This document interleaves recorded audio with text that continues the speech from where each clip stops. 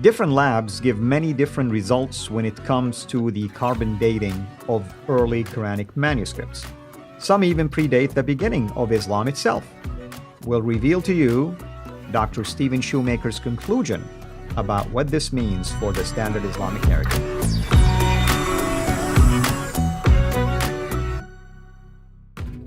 We've been talking about carbon dating of Quranic manuscripts. We even started it to talk about the Sana manuscript last time, and today we'll continue with our discussions concerning the Sana manuscript. Dr. J, thank you as always. So you mentioned at least 2 of the 4 labs that were used to do carbon dating on the Sana manuscripts known to be one of the earliest Quranic manuscripts, and at the same time it's known as palimpsest. Yeah. Now, there are 5 labs really we're going to talk about, but 4 in Europe. And it's the 4 European labs that I'm interested in right now, because these 4 European labs do not support what the one in Arizona had. The earliest one that Sadeghi and Bergman and also Uri Bergman were the ones, that was their material work from Stanford University.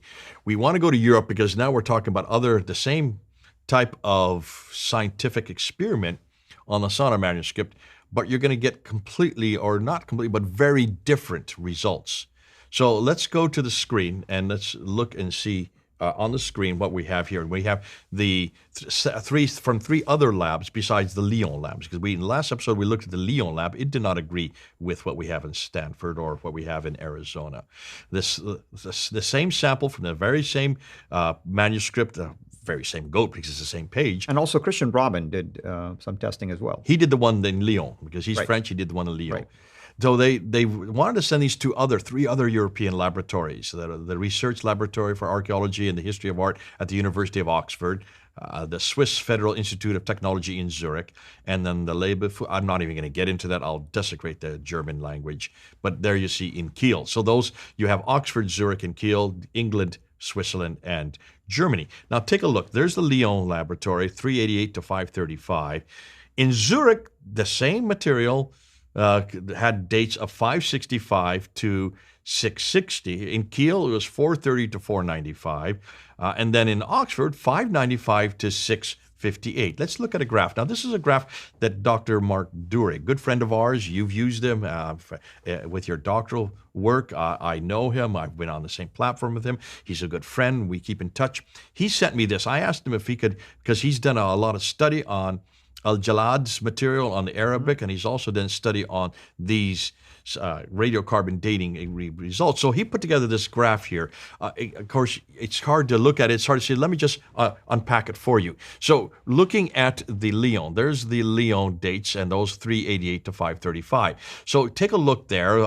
That in the blue, that's the Lyon dates for their radiocarbon dating of the same manuscript, the same piece. Here you have the Kiel German dating, and of course they dated from 430 to 495. Can you see visually how different they are when you look at on a graph? When we look at the Zurich Swiss dating, it's 565 to 660. Can you see in the green there? That is quite a bit different than the one that you have in Kiel. And then of course the Oxford one, the last one, it is 595 to 658. Just looking at those 4 together, it's between 390 and 550 is what we're getting here. 390. And Islam, let me repeat it, Islam started it in the year 610 AD if we were to take the traditional narrative seriously. Yeah.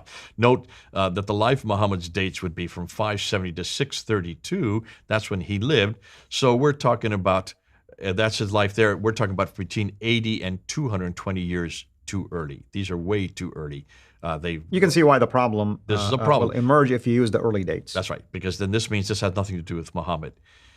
When you look at when the Quran is put together, which I've just circled up there, notice that was put together at the time of Uthman, 652. Well, this is 102 to 260 years too early. Yeah. So real problem here. And if I would comment, it's fair to say that's the age of the animal skin, but do not use those dates when they're favorable to your, let's say, dating agenda, and claim that they are proof that the writing was done in a certain date. Absolutely. That's all we're trying to say. Yeah. So, and we're not going to say that they're, and even, here's the irony. I don't even care if these dates are correct. They are correct, but I don't even care if this is the case.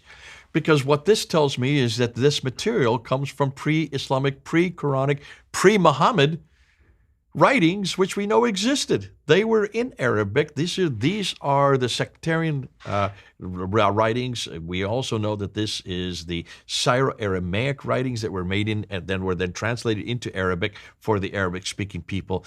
That has been going on since the 5th and 6th century. Why is it we would be surprised that these would not exist? But we're not going to go there yet. That's something we're going to talk about. Let's look at their conclusions. So let's go to the next slide. So what are the conclusions when you look at these dates?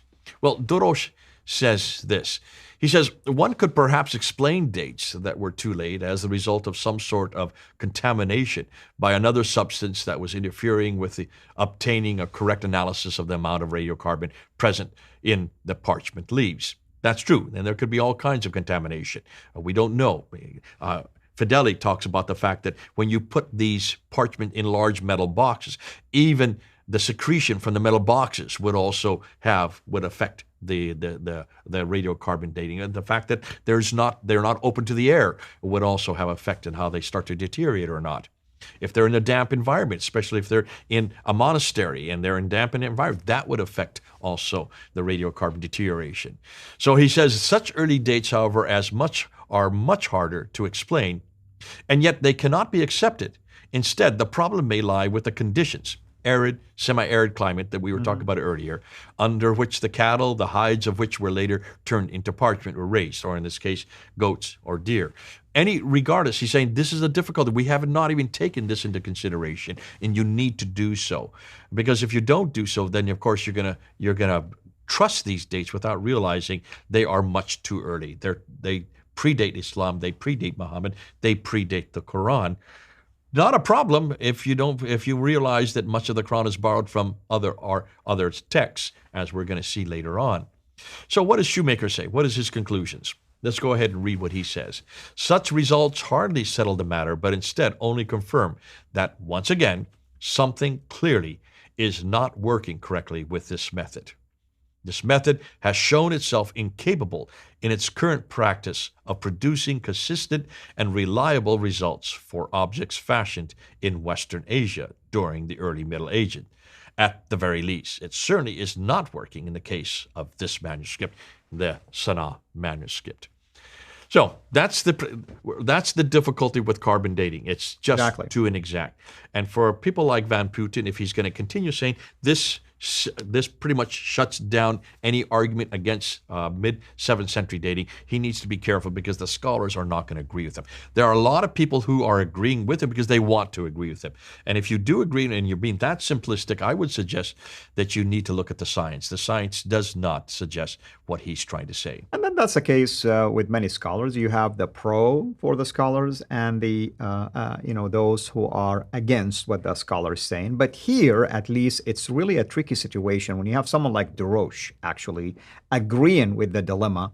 You have to take this issue very seriously. And like you said, it's not as simple as just let's look at a date that matches the Islamic traditional narrative, the standard Islamic narrative, if you wish, and run with it. Because, like Shoemaker says, okay, well, I can run with the later dates. And in my case, I like to run with the early dates, and we have a problem. Yeah. Yeah. What are we going to talk about? What are we going to talk about next? No, we're going to stay with the Sana'a manuscript. We want to stay with, because remember what we talked about earlier when we were looking and introducing the Sana'a manuscript a number of episodes ago, that there is a unique thing. There is a palimpsest. Palimpsest means there are two layers, a lower and an upper layer of script. We're going to unpack that. We're going to talk about it. We're going to show you that this also, fascinating, has to be taken into consideration, because what we're going to find out is the two layers do not agree. Exactly. Thank you so much, as always. Thank you, everyone, for watching us. This is, of course, our video series on creating the Quran. It is based on a book by Dr. Stephen Shoemaker. And Jay, if you can hand me the book, I want to let people see the cover of this book. This is the book that we're talking about. You can find it, by the way, on Amazon or other sources, whatever the case might be. But we highly encourage you, if you want to track along with what we're saying here, to get the book so that everything that we are sharing makes sense to you. Some of the pages that Jay have referenced come from this book, and Shoemaker did an excellent job of synthesizing a lot of material that is out there and bringing it into a simplified fashion to where it makes sense now how you can look at the big picture. And if you remember, myself and Dr. J, we've been talking about this sin issue, which is the standard Islamic narrative problem, the holes in that narrative, and so on and so forth. And I think this book adds more confirmations to that discussion. So thank you again, Dr. J. Thank you, everyone, for watching. This is Al Fadi, over and out. Blessings to you. Thank you for watching this video. Be sure to like and subscribe to our channel, Sira International, and click on the bell so that you receive notifications whenever we publish a new video or go live. I would also like to appeal to you to consider becoming a Patreon patron by clicking the link right below. By doing so, you can give towards the production of these videos. There are also other options for you where you can give to our channel. I thank you from the bottom of my heart.